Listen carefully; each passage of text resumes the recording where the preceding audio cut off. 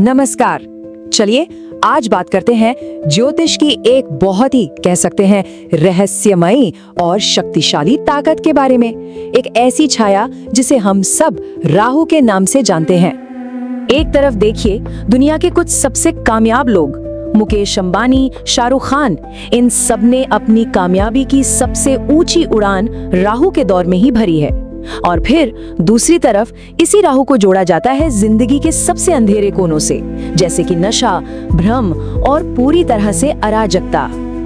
तो सवाल ये है, क्या ये मुमकिन है? क्या एक ही ताकत कामयाबी और बर्बादी दोनों की वजह बन सकती है? बस यहीं से इस पावरफुल अनदेखे ग्रह का असली रहस्य शुरू होता है। अच्छा, तो राहु की इस पहेली को अगर सुलझाना है ना, तो हमें इसकी कहानी की शुरुआत में जाना पड़ेगा, इसकी पौराणिक कथा में, जहां एक अमर सिर की कहानी छिपी हुई है। कहानी शुरू होती है समुद्र मंथन से। वहां स्वरभानु नाम का एक असुर था जिसने चालाकी से देवताओं का रूप लिया और अमरता का अमृत पी लिया। लेकिन जैसे ही अमृत का एक घूंट उसके मुंह में गया, इससे पहले कि वो गले से नीचे उतरता, भगवान विष्णु ने अपने सुदर्शन चक्र से उसका सिर धड़ से अलग कर दिया। पर उस एक बूंद अमृत की वजह से उसका सिर हमेशा के लिए अमर हो गया। और बस यही अमर सिर है राहु। अब सोचिए, यही राहु का पूरा कैरेक्टर है। एक ऐसा दिमाग जिसके पास बेहिसाब इच्छाएं हैं, कमाल की बुद्धि है, लेकिन उन इच्छाओं को पूरा करने, उस खाने को पचाने के लिए कोई शरीर ही नहीं है। मतलब एक ऐसी भूख जो कभी भी किसी भी हाल में शांत हो ही नहीं सकती। यहाँ एक बहुत मजेदार बात है, इस पुरानी कहानी का ना आज की एस्ट्रोनॉमी से भी एक कनेक्शन है। देखिए, वैज्ञानिक रूप से राहु कोई असली प्लैनेट नहीं है, ये तो बस एक मैथमेटिकल पॉइंट है, वो जगह जहाँ चांद का रास्ता सूरज के रास्ते को काटता है। और जानते हैं ये कौन सी जगह है? यही वो पॉइंट है जहाँ ग्रहण लगता है, मतलब एक छाया जो रोशनी को निगल जाती है। तो ठीक है, ये तो हुई कहानी, पर ये राहु की एनर्जी असल जिंदगी में काम कैसे करती है? कहते हैं कि जब राहु किसी की जिंदगी में आता है तो वो अपने साथ दो ब्रीफकेस लेकर आता है, दो अलग अलग रास्ते। पहला ब्रीफकेस है पावर का, इसमें आपको मिलेगी जबरदस्त कामयाबी, दुनिया बदलने वाले आइडियाज और बेहिसाब शोहरत की चाबियां। और दूसरा ब्रीफकेस वो है संकट का, उसमें भरा है कंफ्यूजन, डिप्रेशन और अचानक अर्श से फर्श पर आ गिरने का सामान। इसे समझने के लिए ना एक बहुत अच्छी मिसाल दी जाती है कि राहु एक हाइपर एक्टिव बच्चे की तरह है। अगर उस बच्चे को एक फुटबॉल दे दो तो वो चैंपियन बन जाएगा, लेकिन अगर उसे खाली छोड़ दिया तो वो पूरे घर में तोड़फोड़ मचा देगा। तो फिर फैसला किस चीज से होता है? बस एक चीज से, एक साफ सुथरा मकसद, एक क्लियर विजन।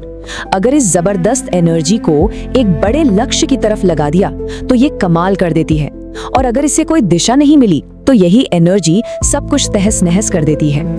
अब आते हैं आज के दौर में, देखते हैं कि ये पुरानी ताकत हमारे मॉडर्न दुनिया पर कैसे असर डाल रही है। और कई लोग तो ये भी मानते हैं कि हम जिस युग में जी रहे हैं, यानी कलयुग, वो असल में राहु का ही युग है। एक मिनट के लिए सोचिए, आज हमारी दुनिया चलती किन चीजों से है? इंटरनेट, सोशल मीडिया, रातों रात वायरल हो जाना, क्रिप्टो करेंसी, ऑनलाइन गेमिंग और हर वक्त दूसरों का ध्यान खींचने की ये जो होड़ लगी है, ये सब कुछ राहु का ही तो खेल है। और इसीलिए कहा जाता है कि ये युग राहु का है, जिसे हम कलयुग कहते हैं। मतलब हमारे इस दौर की जो कभी ना खत्म होने वाली इच्छाएं हैं, जो कंफ्यूजन है, वो राहु के स्वभाव से एकदम मिलता जुलता है। तो ठीक है, राहु पावरफुल है, आज के जमाने का राजा है, पर सबसे जरूरी सवाल तो ये है कि इसकी एनर्जी को कंट्रोल कैसे करें, इसे काबू में कैसे लाएं ताकि ये हम पर हावी ना हो जाए। तो सबसे पहला कदम है ये पहचानना कि कहीं राहु का असर नेगेटिव तो नहीं हो रहा। कुछ साफ साफ वार्निंग साइन होते हैं जिन्हें पहचानना जरूरी है, जैसे नींद का उड़ जाना, देर रात तक बस फोन पर स्क्रॉल करते रहना, हर वक्त एक बेचैनी और ओवरथिंकिंग, पेट की दिक्कतें, नौकरी में मन न लगना, बार बार जॉब बदलना, या फिर किसी भी तरह के नशे की तरफ झुकाव, ये सब इशारे हो सकते हैं। तो इसे बैलेंस करने के लिए 4 स्टेप्स बताए जाते हैं। नंबर 1, एक सिंगल माइंडेड विजन बनाइए, अपनी पूरी एनर्जी एक बड़े साफ सुथरे लक्ष्य की तरफ लगा दीजिए। नंबर 2, मेडिटेशन, दिमाग में जो तूफान चल रहा है उसे शांत करने के लिए इससे बेहतर कुछ नहीं। नंबर 3, कुछ प्रैक्टिकल उपाय जैसे अपने घर की छत और बाथरूम को हमेशा साफ रखना। और नंबर 4, मन को फोकस करने के लिए मंत्र जाप जैसे ओम राहवे नमः।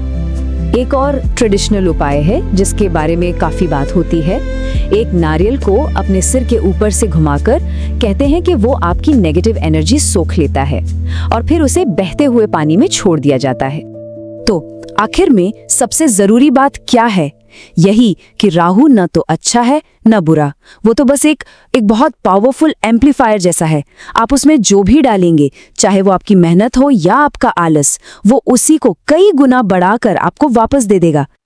तो आखिर में सवाल ये नहीं है कि राहु कोई श्राप है या कोई वरदान। शायद राहु का असली काम हमें कुछ देना या हमसे कुछ छीनना है ही नहीं। शायद ये बस एक चैलेंज है, एक आईना है जो हमें हमारी ही कभी न खत्म होने वाली इच्छाओं से मिलवाता है। अब फैसला हमें करना है कि हम कौन सा ब्रीफकेस खोलना चाहते हैं।